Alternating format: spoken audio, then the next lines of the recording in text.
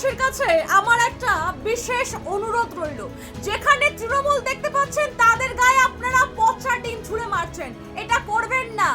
আপনারা সিপিআইএম কে দেখতে পারলে না, পচা পচা ডিম ছুঁড়ে মারুন। এটা আমি বলিনি, এটা মানিক ফকির বলে গেছিল। তো সেই জায়গা থেকে আপনারা শুধু শুধু তৃণমূলকে অত্যাচার করছেন।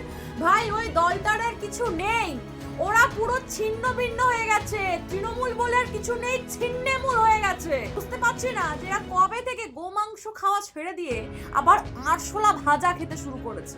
মানে আরশোলার মাংস হয় বলে তো আমি জানি না, কিন্তু ভাজা খেতে শুরু করেছে।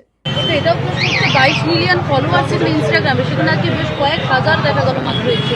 22 মিলিয়ন ফলোয়ার তো গোটা ভারত থেকে আমিও তোদের ফলোয়ার, আমি দিল্লি যাইনি, ইনস্টাগ্রামে তোদের বেশকে আমিও ফলো করি, তাতে কি আছে? 22 মিলিয়ন, মোদির যত ফলোয়ার, মোদির মিটিং অত লোক হয় নাকি? শতরূপ ঘোষ সিপিআইএম এর মুখপাত্র, যিনি কিছুদিন আগে হকার উচ্ছেদ নিয়ে বিশাল বড় একটা আন্দোলন দেখাচ্ছিলেন, কিন্তু ধোবে টিকবে না সরকারের কাছে। তো সেই শতরূপ ঘোষকে আমি দেখছি যে হঠাৎ করে এখন ককরোচদের ফলোয়ার্স হয়ে গেছে, ককরোচদের বিশাল বড় ফ্যান হয়ে গেছে। লজ্জা লাগে না?